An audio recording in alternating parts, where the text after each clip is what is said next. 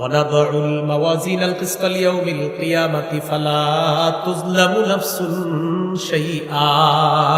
ইমাম বুখারী তার কিতাবের সর্বশেষ হাদিসের শিরোনাম এই আয়াতটা দিয়ে আছে। আল্লাহ তাআলা বলেন, ওয়ানাদাউল মাওয়াজিনাল কিসত লিয়াউমিল কিয়ামাহ, আমি কিয়ামতের ময়দানে ইনসাফের দাড়ি পাল্লা স্থাপন করব। ফালা তুজলামু নাফসুন শাইআ, কারো প্রতি সামান্য অবিচার করা হবে না। ওয়া ইন কানা মিসকালা হাববাতিন মিন খারদালিন আতাইনা বিহা, কোন পরিমাণ আমলও যদি থাকে এটাও আমি আল্লাহ উপস্থিত করব। মিজানের দাড়ি পাল্লা মানে মিজানের পাল্লা, যেটা ওজনের দাড়ি পাল্লা স্থাপন করবে। ওজনের পাল্লা একটাই হবে, বলেন কয়টা? হ্যাঁ, পাল্লা একটাই হবে। এক পাল্লার মধ্যেই কোটি কোটি মানুষকে ওজন করা হবে। এই জন্য আল্লাহ বলছে মাওয়াজিন, কোরআনে মাওয়াজিন আছে। ওই মাওয়াজিন কেন বলছে বহু বচন কেন? সংখ্যা আধিক্য, যাদেরকে মাপা হবে, ওই মাপা হবে যাদেরকে, তাদের আধিক্যতার দিকে তাকায় আল্লাহ বলছে ওজনের পাল্লা সমূহ, মানে বারবার যেহেতু ওজন করা হবে এক একজনকে, তাদেরকে। এখন ওজন কি করা হবে? হয়তো আমল ওজন করা হবে। দেখেন কি বলি, আমল ওজন করা হবে, অথবা আমলকে একটা দেহের রূপ দিয়ে সেটাকে ওজন করা হবে। 3 নাম্বার, আমলকারীকে, আমাকে আপনাকে ওজন করা হবে। 4 নাম্বার, আমল নামা ওজন করা হবে। 1 নাম্বার, স্বয়ং আমলটা ওজন করা হবে। 2 নাম্বার, আমলকে একটা দেহে রূপান্তরিত করে ওটাকে ওজন দিবে। 3 নাম্বার, আমলকারীকে আল্লাহ পাল্লায় উঠাই দিবে, যাও তুমি ওঠো, এরকম। 4 নাম্বার, আমল নামা আল্লাহ ওজন করবে। এই 4টার যে কোনো একটা ওজন হোক না কেন, আমরা দোয়া করবো, আল্লাহ আপনি ওজন যাই করেন, আমি চাই জান্নাত। আপনি আমারে ওজনের পাল্লায় উঠান, আর আমার আমল নামা উঠান, আর আমাকে উঠান। আল্লাহ, আমি তো জানি মাবুদ, আমি আমার ওই আমল নামা দিয়ে আমি পার পাবো না। আল্লাহ, আপনার রহমত ছাড়া আমার উপায় নাই, আমি কিচ্ছু জানি না। আল্লাহ, আপনি রহমতে যেইভাবে আজকে মাহফিলে আনছেন, জুমার মসজিদে নেন, মাহফিলে আমার রমজান মাসে আমাকে আপনি তারাবি পড়ান, রমজান মাসে আমাকে রোজা রাখাইছেন রহমত করে, আপনি রহমত করে আমাকে বিভিন্ন ভালো কাজ দুনিয়াতে করান। আল্লাহ, এইভাবে রহমতের চাদরে আবদ্ধ করে কিয়ামতের ময়দানেও আমাকে একটু পার করার ব্যবস্থা করে দিন। এছাড়া উপায় নেই আমাদের। কারো কারো বিচার হবে আপনার, মুসলিমের বর্ণনা আছে, পর্দার আড়ালে এক ব্যক্তিকে আল্লাহ নিয়ে যাবে, নিয়ে যাওয়ার পর পর্দার আড়ালে আর কেউ নাই সেখানে। আল্লাহ বলবে, আতারিফু জাম্বা কাযা ও কাযা, স্বীকার করো এগুলো করছো না তুমি গুনাহ? জি আল্লাহ করছি। 3 বার স্বীকৃতি নিবে, করছো তো? জি। অস্বীকার করো না? জি না, করছি। ঠিক আছে, যাও, তোমার ওই ভালো কাজের কারণে মাফ করে দিছে, আমল নামা ডান হাতে দিয়ে দিলাম, বাইরে কাউরে বলা দরকার নাই, যাও। আমি আপনি এইভাবে রহমত যদি না পাই, উপায় নেই, মুশকিল হয়ে যাবে, সত্যি মুশকিল হয়ে যাবে, আসলে মুশকিল হয়ে যাবে। হ্যাঁ,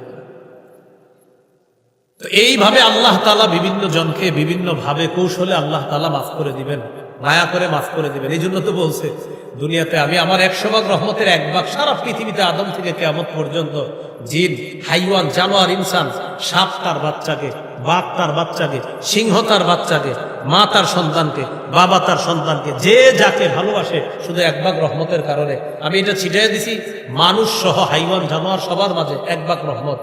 100 ভাগ রহমতের 99 ভাগ আল্লাহ তার কাছে রেখে দিয়েছেন কিয়ামতের ময়দানে, সেটা দিয়ে আল্লাহ বান্দাদের প্রতি দয়া করবেন। তো এই জন্য আমরা দয়ার উপর ভিত্তি করে আবার আমল ছেড়ে দিয়েন না। হ্যাঁ, আমলও করতে হবে, পাশাপাশি এইভাবে নিজেরে ছোট বানাইতে হবে। আল্লাহ, আমি যত আমল করি মাবুদ, আমার তো খালি টেনশন লাগে, এই আমল দিয়ে কি হবে? আপনার রহমত ছাড়া উপায় নেই, এই হলো আমল করা। আল্লাহ তৌফিক দান করে।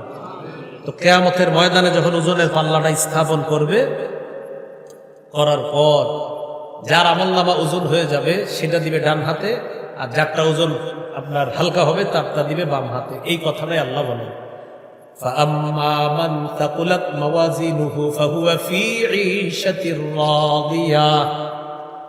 ওই যে সূরা কারিয়ার মধ্যে আছে, যার আমল ওজন নেক আমলের পাল্লা ভারী হয়ে যাবে, সে আনন্দময় জীবনে থাকবে। আর 29 পারা আছে, فَأَمَّا مَنْ أُوتِيَ كِتَابَهُ بِيَمِينِهِ, যার আমল নামা তার ডান হাতে দেওয়া হবে, فَيَقُولُ هَاؤُمُ اقْرَءُوا كِتَابِيَهْ, সে অন্যান্যদেরকে গিয়ে এইভাবে দেখায়া বলবে, আমার আমল নামাটা একটু বইরা দেখো, ডান হাতে দিছে, আমি জান্নাতি। সুবহানাল্লাহ। ইন্নী যানানতু আন্নী মুলাকিন হিসাবিয়া, আমি জানতাম আজকে হিসাবের মুখোমুখি আমি হব। ফাহুয়া ফি ঈশাতির রাদিয়া, আল্লাহ বলেন সে আনন্দময় জীবনের মধ্যে থাকবে। ফি জান্নাতিন আলিয়া, উঁচু বাগানের মধ্যে থাকবে। কুতুফুহা দানিয়া, যে বাগানের ফলের ছড়িগুলা তার মুখের সামনে চলে আসবে।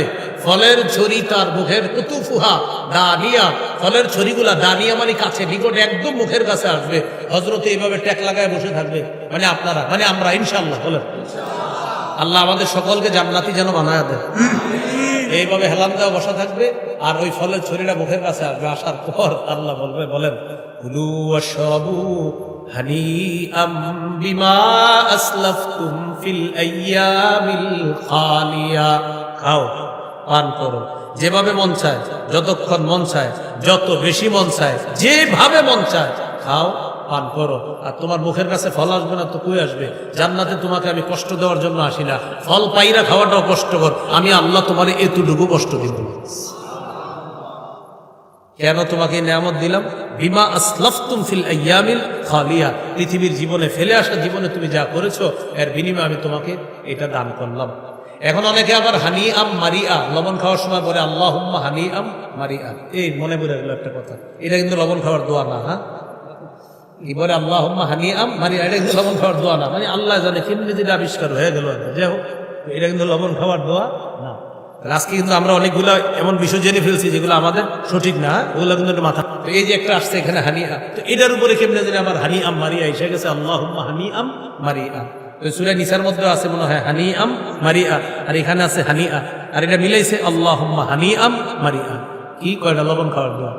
তো এটা কিন্তু আপনার সঠিক না, এটা লবণ খাওয়ার দোয়া না। ওয়াম্মা মান উতিয়া কিতাবাহু বিশিমালিহি, যার আমলনামা তার বাম হাতে দেওয়া হবে, ফায়াকুলু ইয়া লাইতানি লাম উতা কিতাবিয়া, সে বলবে হায় হায়, আমাকে যদি আমার হিসাবনামা আমলনামাটা দেওয়া না হতো, আমাকে যদি আমার আমলনামাটা দেওয়া না হতো। ওয়ালাম আদরি মা হিসাবিয়া, সে বলবে আমি যদি আমার হিসাবটা না জানতাম। ইয়া লাইতাহা কানাতিল কাদিয়া, মৃত্যুই যদি আমার চূড়ান্ত ফয়সালা হয়ে যেত।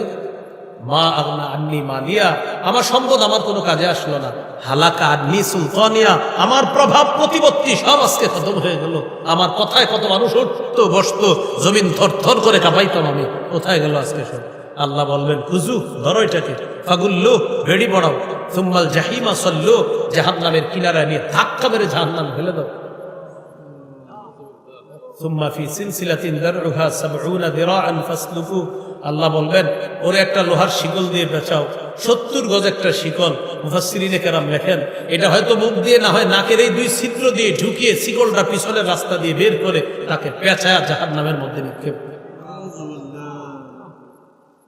এই হলো আপনার কিয়ামতের ময়দান ৪ নাম্বার। এরপরে ৫ নাম্বার হলো ওই জাহান্নাম, জান্নাত, যে জান্নাতে যাবে বা জাহান্নামে, সেটা আল্লাহ সূরা নাবায় বলছেন ইন্না জাহান্নামা কানাত মিরসাদা লিত্তাগিনা মাআবা, জাহান্নাম উৎপেতে আছে অপরাধীদের ঠিকানা হিসাবে। লাবিসিনা ফিহা আহকাবা, সেটায় তারা চিরকাল থাকবে। সূরা নাবার ২১ নম্বর আয়াত থেকে আছে লা ইয়াযুকুনা ফিহা বারদা ওয়ালা শারাবা, সেখানে তারা ঠান্ডা শীতল কিছু আস্বাদন করবে না। ইল্লা হামিমাও ওয়া গাসসাকা, ফুটন্ত গরম পানি আর গাসসাক তারা আস্বাদন করবে। সেটা কি? খিদা লাগবে, লাগার পর বলবে ও মালিক, ও মালিক, ও মালিক, একটু খাবার দাও না। মালিক নামক ফেরেশতা আল্লাহকে বলবে আল্লাহ খাবার চায়। আল্লাহ বলবে দিয়ে দাও, জাক্কুম দিয়ে দাও। কি দিয়ে দাও? জাক্কুম দিয়ে দাও। লাআকিলুনা মিন শাজারিন মিন জাক্কুম, কাঁটাযুক্ত জাক্কুম দিয়ে পেট ভরবে তাদের, তারা খাবে। ফামালিউনা মিনহাল বুতুন, এটা দিয়ে তাদের পেট ভরবে। ভরার পর বলবে পানি, পানি, পানি, কাঁটা আটকাইছে গলায়, পানি লাগবে, পানি। আল্লাহ পানি চায়, দিয়ে দাও। সদীদু আহলিন নার ওয়া কাইহু জাহান্নাম, ইমাম বুখারীতে ব্যাখ্যা করছে আয়াতের, সদীদু আহলিন নার ওয়া কাইহু জাহান্নাম, জাহান্নামীদের রক্ত পুষগুলো একত্রিত করে এরও পানি হিসাবে দেয়, এটা সে পান করবে। এ হলো জাহান্নামীদের অবস্থা হবে। সেখানে কোনো শীতলতা আস্বাদন করতে পারবে না। আল্লাহ আমাদের সকলকে জাহান্নামী যেন না হই, বাম হাতে যেন আমলনামা না আসে, কবরের মধ্যে যেন ওই যে পাপাচার বান্দার অবস্থাটা যেন না হয়, মৃত্যুর সময় কাঁটা দিয়ে কসমে আঘাত করলে যে অবস্থা, এই হালাত যেন আমাদের না হয়। এই অবস্থাগুলা থেকে আমাদেরকে হেফাজত করে জান্নাতি একটা মানুষ হয়ে যেন দুনিয়া থেকে যেতে পারি, আল্লাহ তৌফিক দান করেন।